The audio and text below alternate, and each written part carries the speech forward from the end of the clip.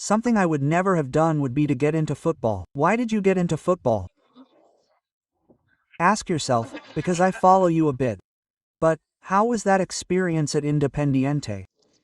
Let's see, there's a part. It's like a movie in reverse. It starts very well because we were champions in 2002 and ends horribly because I had an investment fund that I lost. The sale of Rocampo, AF and all that stuff that I played in an investment fund. I've always been a gambler, and... Daniel Tomas didn't know, right? Come on, put something for Daniel. Because all the money you had made you put into the Independiente investment fund. A lot of it. Who was Duca Saylor, the president at that time? Duca was now a streaming star. Did you know that? No. That he's currently a streaming star. Yes, it's better not to talk about certain things. Perfect. I assume, but...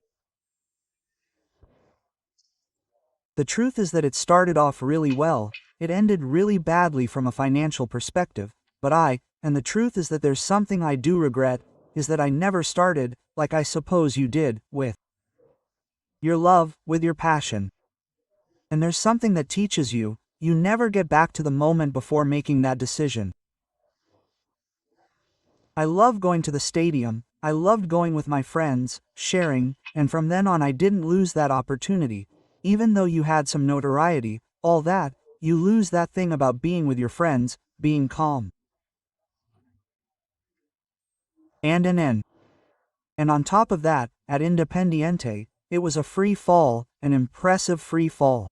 So, people tend to attribute the success you had to you, which is transferable over time. I don't think so either, and it's also true, and it's probably happened to you or I don't know, saying that when you enter the world, it's not like in the world of soccer, it's not like you.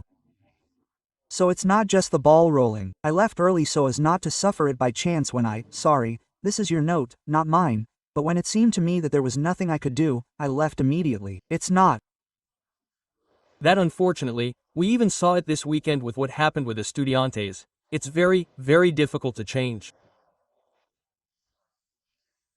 There are some established institutions that don't want to change and lies and someone is going to have to change football. No, but I mean, there are axioms that say this. The club belongs to the members and not here. It's not that we're talking about corporations and sports, but I tell people, it's not that this wants to privatize the clubs or not, new ideas are needed, but know that the AFA is a sports corporation, it's privatized. In other words, what Chiquitapia and Togolino are doing does not respond to any laws, regulations, or anything. In other words, it exceeds. They've already sent you a letter of formal notice. But it far exceeds what a president elected by clubs and also the majority can be. The other day I read that you said that we are like the underdogs of politics, and it is true. And sometimes it gives you even more power or more notoriety. Being president of Boca or River gives you an impressive notoriety.